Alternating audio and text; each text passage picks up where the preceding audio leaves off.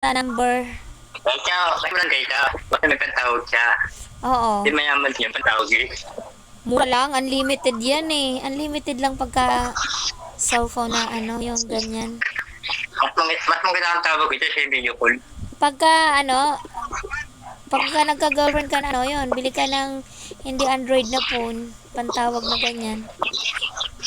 Kasi maganda matanda matulog. Ilagay mo lang dito sa tabi mo.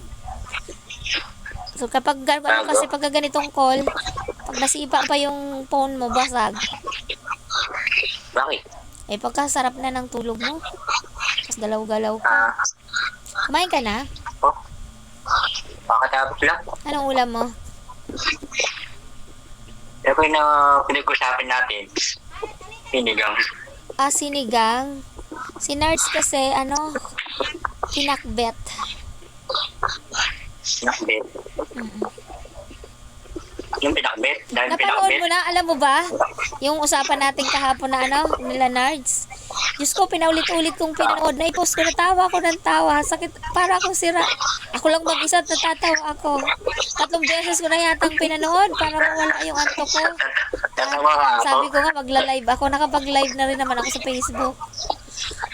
Bigla ka tumawag eh. Nagpapanood ka nga. Tingnan mo, panoorin mo mamaya. Sasakitin mo ng kakatawa. Ikaw pa naman yung malaki ang ikaw pa naman yung doon ako maliit. Ikaw nandito na malaki sa baba. Sobrang Natatawa ako tayo. Buti nga hindi sinabi ng nanay ko. Ano pa pinagtatawanan mo? Tawa ko sa Diyos ko. Nakakatawa talaga. Nakakatawa. Anyari sa signal mo?